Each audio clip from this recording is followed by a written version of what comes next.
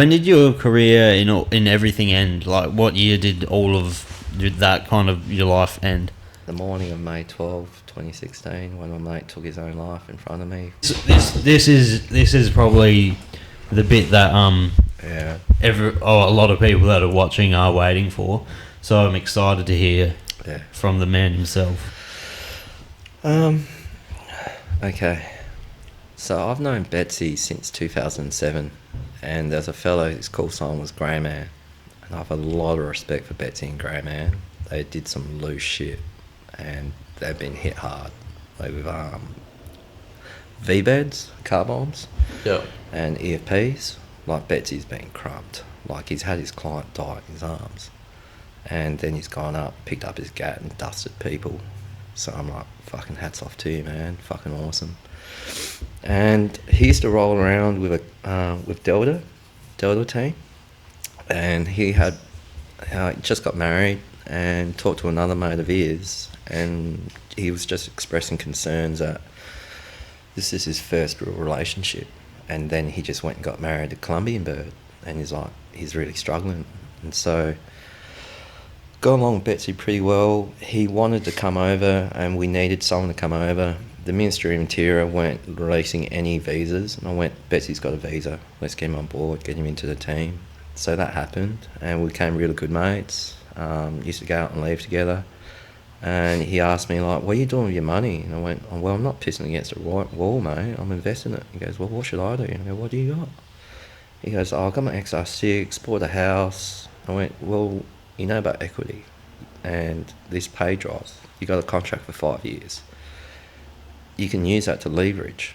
He goes, what's leveraging? I went, well, you got the security, you can pay, you can make the collateral calls, you can start investing at a higher amount than what you are actually worth. He goes, can I do that? I went, yes, mate. He goes, oh, okay. So he used to talk about a fair bit about that. And then he told me that he attempted selection, and stupidly I went, oh, what'd you fail, mate? Because obviously if he'd made it and got in, he wouldn't be there. And he went, oh, I failed the 20 clicker, and I fucking cracked up laughing. I'm like going, you're a fucking para, mate, and you fucked up the 20 clicker. What's the 20 clicker? Oh, it's a time 20k march on SASR selection, and you got to do it under, I think a good time probably be about anything under 3 hours. So if you can steady 6k's an hour with heavy shit, you're doing well. Yeah. And he missed both cut-off times because they'd let you retrain, redo it again, and you missed it. And if you fail that, any failing on any type of SF selection, no, you can't go commandos. You can't be part of the Special Forces at all. And he told me about that, and I'm like, fucking hell, mate, why didn't you tell me? Like, you could have come and asked me for advice. I would have told you, like, do heaves, do push-ups, run, get your pack, weigh it down, and fucking run, cunt. And he just goes, why? And I'm like, that's what you do on selection, you fucking moron. And he's like, oh, what about bench pressing and doing all that? And I went, I've never seen anyone bench press, mate. First day, and he goes, what happens on day dot? Day dot, you land, everyone finds out who's who in the zoo. You get the lyrics to Lily Marlene, you got to learn a language called Marduk, and then you just get, then you got to stomp to Bindoon. No, we didn't. No, I think it's at Campbell Barracks. You just get stripped naked for 5 hours, about 200 dudes, you're just naked. And you just be like, be really uncomfortable to get a boner right now. Like, yeah, there's some pretty hot looking dudes though. But there'll be chicks going in and out everywhere, and they'll be like making notes, and they'll point at your dick, make notes. And they'll be like, just doing like, going like, oh no, if I stand out too much, you become a target. They don't want people to stand out. So I was just like going like, oh, no, I was smiling with my eyes. Just I could tell that I was just thinking this is a load of piss. But yeah, so Betsy failed selection, and we made plans anyway to go out for leave, and I said, bro, do you want me to get a hotel this time? And because he was my driver, and I asked him, for him and this other fella Wood, and the Ambo just wanted me as a PPO and take turns with someone else, Shanners, and we were going to Mofa that morning, and it was an early job. It was an 8 o'clock job, so we'd have to get up at 5:36, wash the cars, everyone's suited and booted, looking schmick, finish the job, come back. All our shit was packed up, ready to go, hand in our gats, grabbed our shit, straight to the airport, fly out to Dubai, get on the gas, you know. And so sometimes at night, like, he'll just fall asleep next to me. Like, my couch will be here. Like, my room would be double the size of this, and my bed was on that side, and the couch was there, my TV's there, and I did some, you know, used to do some warming up before I go to the gym and stuff, or I work at my kit and gear and see, like, which way, you know, I have my gat and stuff to do my draw, wearing a suit, shit like that. But that night, everything was fine. You know, people coming in and out, saying goodbye, stuff like that, going, yeah, see you in a fucking month. What do you want from Australia? You know, we'll call it the big PX. You know, what can you get from the big PX? And I'll just write to them sometimes. Like a week before, I'll start to get my mind back in. Yep, I'm going back to work. Boys, what can I pick you up from Big W or whatever? So, can you bring this and this? It'll be a lot of desk drawer organisers and HMI cables and chargers for phones, that type of shit.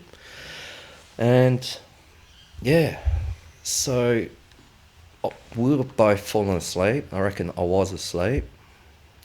I think I normally keep my gats hot, so there's always one up the spout, but not on the embassy contract, because that was very different. Because we, especially when I was doing convoys, I'd always have a hot gat, and I'd always sleep with a gat. I think all my gats were bred to be handed into the army, so it was just, everything's just clean, all lined up. I wouldn't even rack them, especially going to Mofa, wouldn't need it, and it would just be like, you know, there as a tool if I need it. And that night, I reckon it'd be about 2 o'clock in the morning, I think he was just getting up, and I was asleep on my back like I do, and I turn around and go, alright, night bro, you headed off? He goes, yep. You know, hit me up if you want help with the car. He goes, yeah, no worries man. I was about to go back to sleep. He went and picked up, and that's the door, that's the desk where my gat is. I went and picked my gat up, my Glock, got a mag in there, put it in, seated it. I think, no, did he try to go to the door? But well, I remember he seated the mag, and hearing that, and I'm like, what the fuck? And then he racked it. And the big thing is, panic station when he put his finger on the trigger. We index. Well, all our weapons, we index. You always got your finger straight. Yeah, it's off the trigger. Just around the... Yeah, but he had his finger on the trigger. That's amateur hour. That's, someone's going to use it. And he was walking up to me, like, he had the weirdest look in his eye, and I think I hit the lights, and I was standing like going, what the fuck are you doing, mate? Just fucking chill out. And it was just over that quick. He just sat down, go to his head, bang. What the fuck? And the round, apparently, I think the AFP told me the round bounced around, just missed me, and it was there on my desk in front of my TV. So the actual bullet inside his head went in and around and... No, it went straight through his head and hit the wall a few times. I get you. Ricocheted around. Yeah, and thank God for CSI and forensics, because they're like, I think they could pick where I was actually standing. I had no powder residue on me at all.